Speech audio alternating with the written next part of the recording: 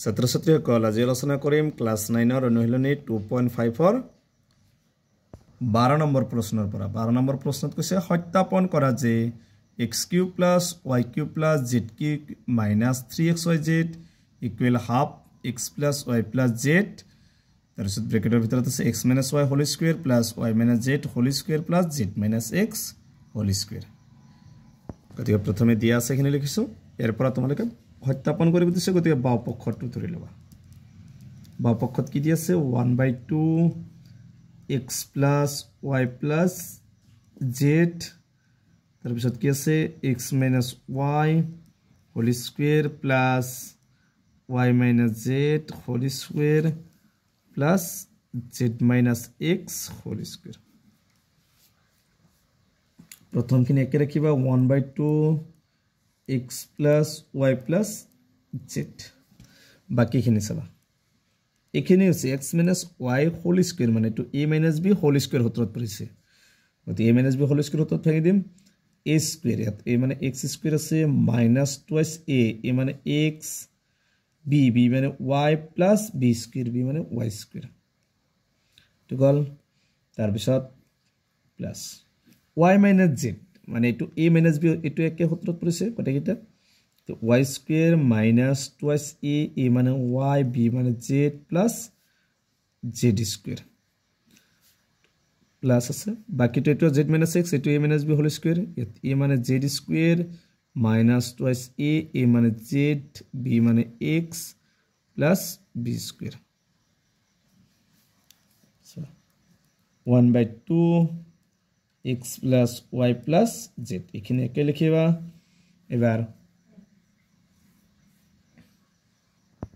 এটো সবা এটো ব্র্যাকেটটো নেদিলে হ'ব একে কথা ব্র্যাকেটটো না লাগে এখানে প্লাস আছে যেটো ব্র্যাকেট দেব না লাগে এবার সবা x স্কয়ার কেটা আছে এটো x স্কয়ার প্লাস ইফালে x স্কয়ার এটা প্লাস আছে মানে কেটা x স্কয়ার হবে দুটা x স্কয়ার তার পিছত 2xy ফলে 2xy নাই গতিকে -2xy plus y square এটা আদি ফলে এটা দুটা y square তার পিছত কি আছে -2y z plus z square to plus এটো z square plus কেটা z square আছে দুটা z square তার পিছত কি আছে -2zx x square টা কত লয় হৈছে তেছবা এবার এই গোটাই গেটা কি আছে 2 আছে তে 2 এটা কমন আইব 2 এটা কমন আইলে তো কমন আইব মানে উপৰত লিখিব পারিবা 1 2 গুণ 2 হ'ব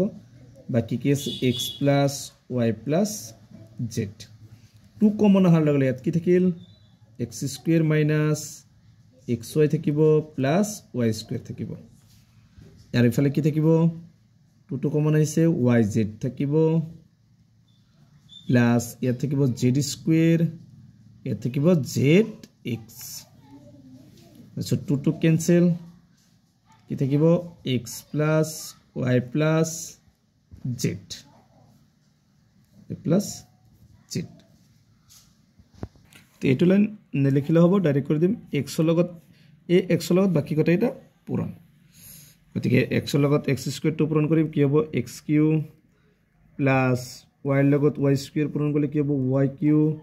plus z ৰ লগত z স্কয়াৰ পূৰণ কৰিলে কি হ'ব z³ তাৰ পিছত আছে মাইনাস বাকি খিনি চাবা xy